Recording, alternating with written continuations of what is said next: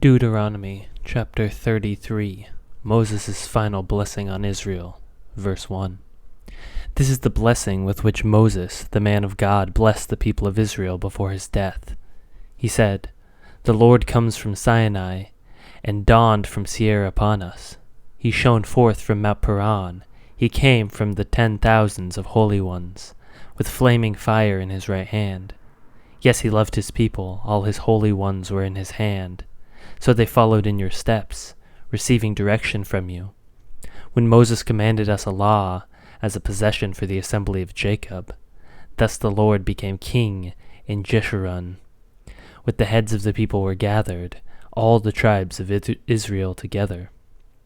Let Reuben live and not die, but let his men be few." And this he said of Judah, "Hear, O Lord, the voice of Judah, and bring him in to his people. With your hands contend for him, and be a help against his adversaries." And of Levi he said, "Give to Levi your Thummim and your Urim to your godly one, whom you tested at Massah, with whom you quarreled at the waters of Meribah, who said of his father and mother, 'I regard them not.' He disowned his brothers and ignored his children, for they observed your word and kept your covenant. They shall teach Jacob your rules, and Israel your law. They shall put incense before you, and whole burnt offerings on your altar. Bless, O Lord, his substance, and accept the work of his hands. Crush the loins of his adversaries, of those who hate him, that they rise not again." Of Benjamin he said, "The beloved of the Lord dwells in safety. The high God surrounds him all day long, and dwells between his shoulders."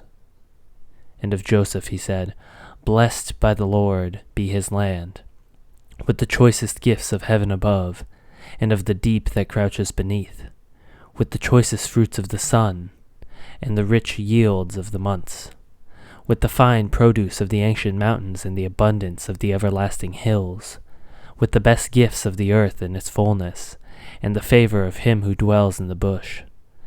May these rest on the head of Joseph, on the pate of him who is prince among his brothers. A firstborn bull, he has majesty, and his horns are the horns of a wild ox. And with them he shall gore the peoples, all of them to the ends of the earth. They are the 10,000s of Ephraim, they are the 10,000s of Manasseh." And of Zebulun he said, "Rejoice, Zebulun, in your going out, and Issachar in your tents. They shall call peoples to their mountain, and there they shall offer right sacrifices. For they draw from the abundance of the seas and the hidden treasures of the sand."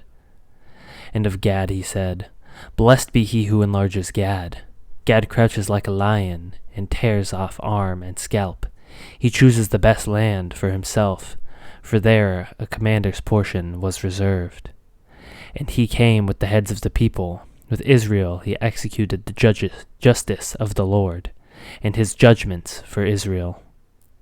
Of Dan he said, "Dan is a lion's cub that leaps from Bashan." And of Naphtali he said, "O Naphtali, sated with favor, full of blessings of the Lord, possess the lake and the south." And of Asher he said, "Most blessed of the sons be Asher. Let him be the favorite of his brothers, and let him dip his foot in oil. Your bars shall be iron and bronze, and as your days, so shall your strength be. There is none like God, O Jeshurun, who rides through the heavens to your help, through the skies in his majesty. The eternal God is your dwelling place, and underneath are the everlasting arms. And he thrust out the enemy before you, and said, 'Destroy.' So Israel live in safety, Jacob live alone, in a land of grain and wine, whose heavens drop down dew. Happy are you, O Israel!